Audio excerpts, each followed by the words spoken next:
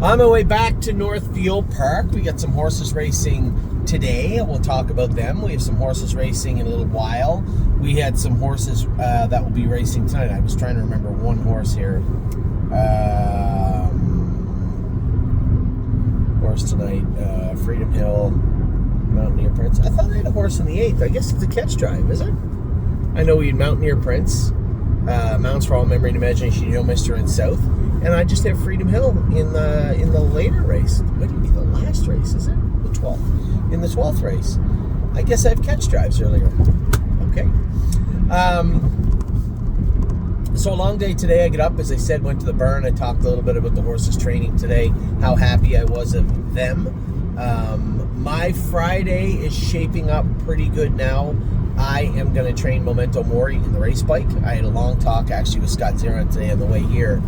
It's always nice, right? I got some time to kill. He probably had some time to kill and just catch up on a number of things. He'd asked about Arrowhead. He'd asked about a number of the horses, how they're coming back. Talked about the babies for a while. And the same thing I told him is what I told you. Pretty happy, right? And he talked about Maury also. And I said, well, he goes, you think he needs the hobbles back on? I said, no, possibly. I can tell you on Friday. You contact me at 10:15 in the morning on Friday, and I will happily tell you if he's going to wear the hobbles or not his next start. Maury's starting to shed. He's about 2 or 3 weeks away from looking pretty shiny, and he turns into a Furby there in the winter. He just, poof, hair everywhere. So you walk by his stall and you see this little puff of hair with eyeballs sticking out of it. And say, it's the fastest 2-year-old trotter of all time, the gelding. And it's still surprising, and I get a chuckle out of it every time I look at him. But his hair is starting to come out now. He's starting to shed, dapple. He's going to dapple up like he did last year, and we'll have him on track and ready to go. I want to train him Friday, and I told you about the 7 babies I wanted to train. And Scott and I talked about those horses. I said, listen, none of the horses I'm going to train on Friday I'm actually angry at or they need any special attention. I just think they need a training trip. They might have made a mistake today, and I want to see what that was all about. And I want to get them caught up with the other horses, as I told you the other day. The ones that I trained hard. The only one that made me a liar was Neuromancer. I think that training trip the other day, he wasn't as good today. Now, was it him? Was he a little bit sick throughout the week? Yesterday morning, Amy said he didn't eat all his breakfast, but he did today. Maybe there's something going on with him, maybe a little bug. He just wasn't himself today, but all the other horses that I had trained kind of hard, they were all very, very good today, and I was really pleased with them. So, we had the babies this morning, a number of other horses that we were training, getting prepared to race this weekend, and then I made my way over to the meadows. I wanted to get there in time to warm up Arrowhead Hanover, get a feel for maybe there was something that went wrong last week. I had a sneaky suspicion I knew what took place with Arrowhead. Now, when you're driving a horse for the first time, you certainly don't want to put the horse on the run. You're trying your hardest. Sean's a good driver, a good kid, and you could tell when he went to go out of there with them, Arrowhead put a step in, and his first inclination is to grab him, and I think he did kind of coddle him a little bit, and if he did grab him quick, he might have put an extra step in and rolled off. With Arrowhead, you just got to know him. When you go to come out of the gate, today he did touch his knee coming out of the gate. Now we have them taped up, and he just touched it one time. Just coming out of the gate, just touched that inside knee, put a step in, and I just, rather than grab him and coddle him, just give him his head and let the hobbles do their work. We have them set up such a way, and I always like to, where I tell you guys this about the babies training. You got to let them do their work through the turns and push them. Let the hobbles help them out, let them do their job. It's easier said than done, right? Because your first instinct as a horseman is to baby the horse coming off the curve, but to step in easy, going into the turn. Whereas a horse like Arrowhead, the way we have it set up, you're better off just to chirp him. To say, hey, come on, and let him trot forward. Let the hobbles catch him, let him catch his gait, and let him trot forward. And that's what I did today. He can get up to the quarter in 27 in a piece, but I don't know that he could snap right off the car like a quick snap. I think it would take him just a couple of strides to get up in there. Still a very effective horse that can leave really good. Just not that snap speed off the car. And that he may develop that as he gets more confidence, but doesn't possess it just now. He's the type of horse that if he left 6, 7, 8 in a stake race in the meadows, he could really get out of town. but in the middle of the gate towards the inside where the gate's a little flat, as you go to start out, not quite the same.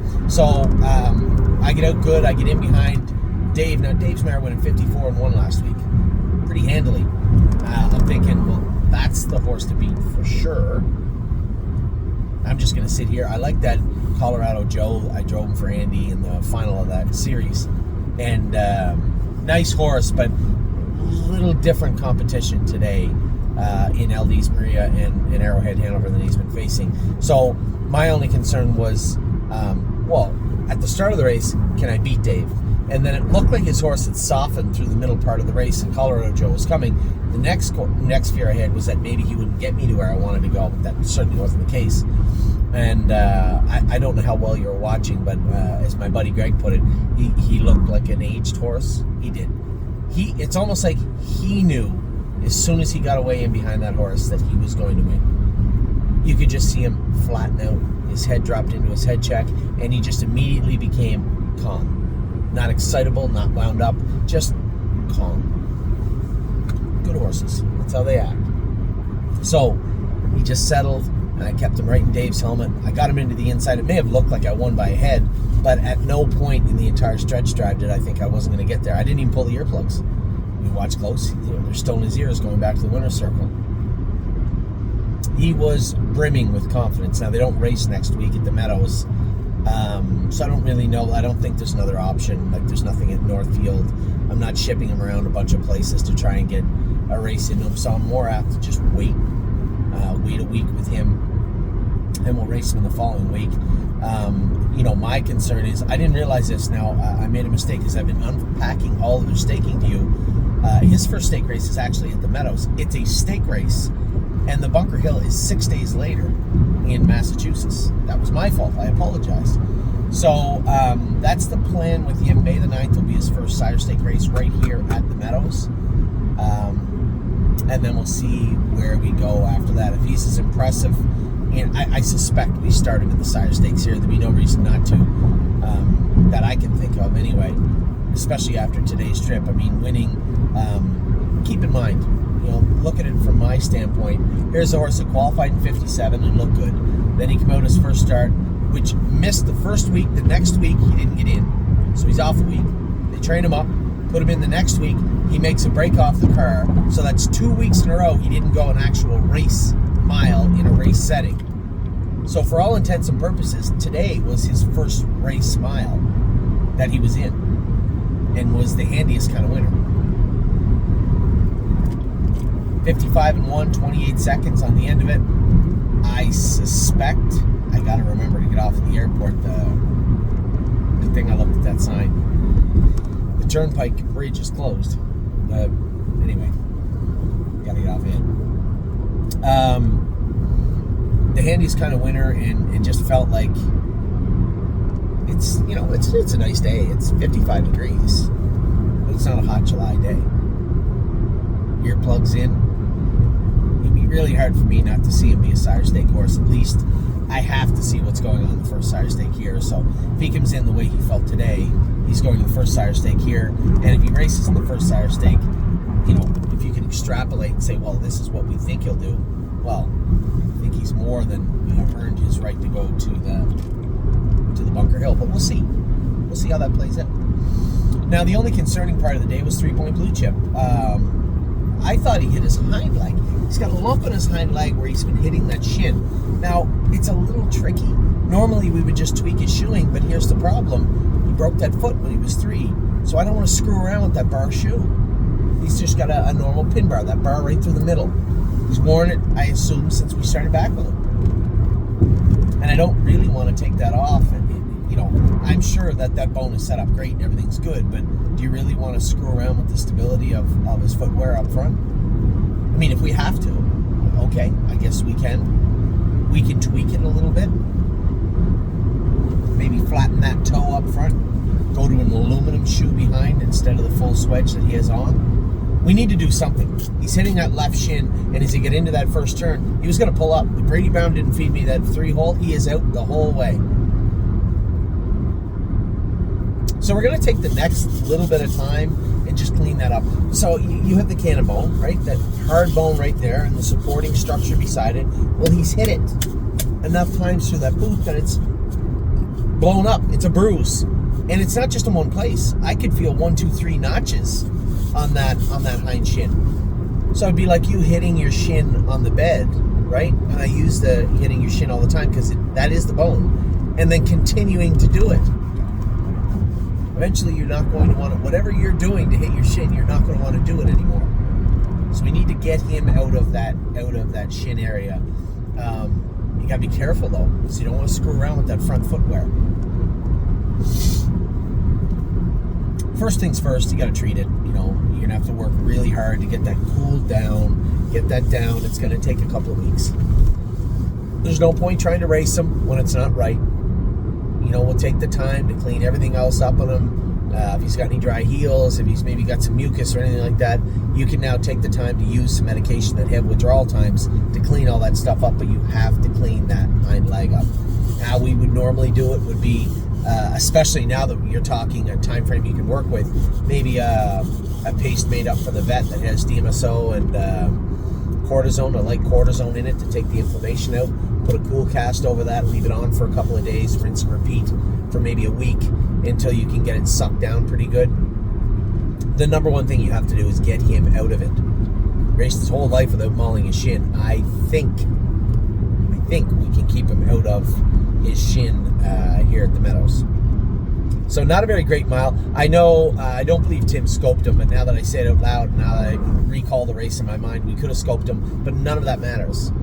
We're not going to change anything, and he's going to have 2-3 weeks off, so whatever it was could be or might be ailing him today, we can fix that. No problem. Almost missed my exit. That almost happened. Anyway, I don't know if it's this one or that one. I'm going to have to check my GPS. I'm fine right here anyway. Arrowhead Hanover's great 3-point blue chip was not, but we can fix that. There's nothing glaring that we can't fix or we can't work on, and we will get 3-point blue chip squared away. I think it's that one. Tonight we have 3 horses racing at Miami Valley. We have our girl Freedom Hill picked to win tonight, so we're poised to have a pretty good week again. I'm going to try and keep it going. Really, really, really pleased with what I saw from Arrowhead Hanover today, and I hope you were also. It has been a good day. The babies were good. The racehorses were 50-50 so far.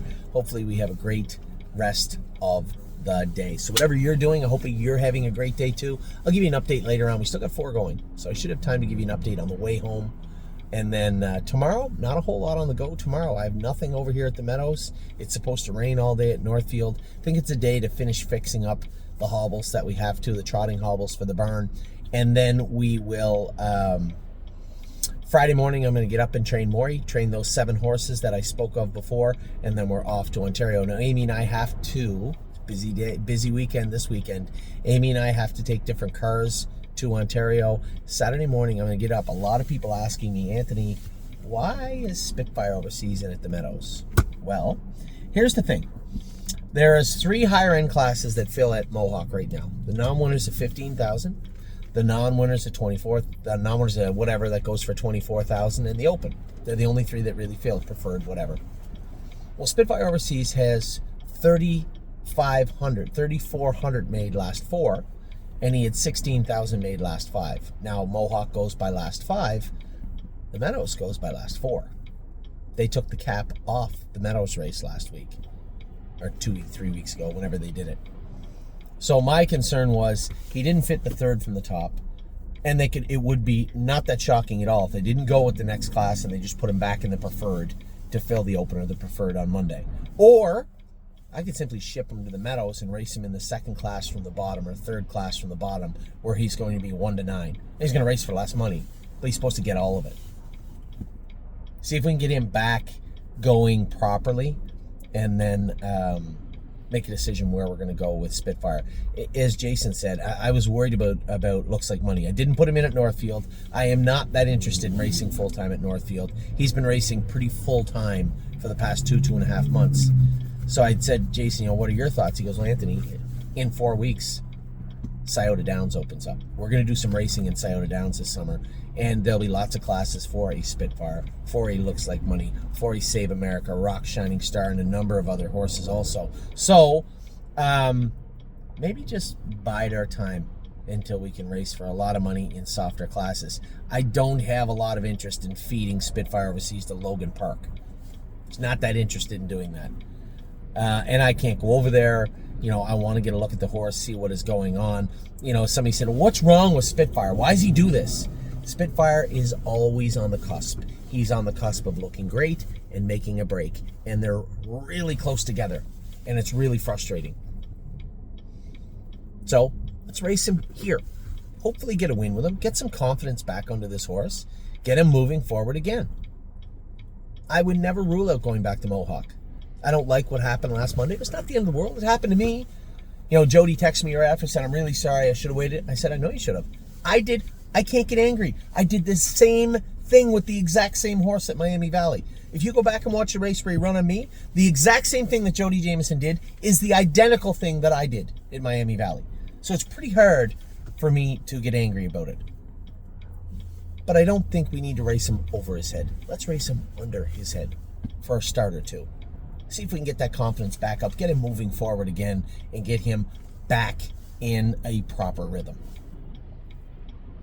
So that's the plan with Spitfire. That's the plan with all the horses. I am going to make my exit as soon as I double check my GPS. I'm not used to going this way, but I know I can't go that way. I'll give you guys another update later on. We have Mountaineer Prince, Mountains for All, Memory and Imagination, and of course our girl Freedom Hill. I'll give you an update later. I will talk to you all very soon. Take care.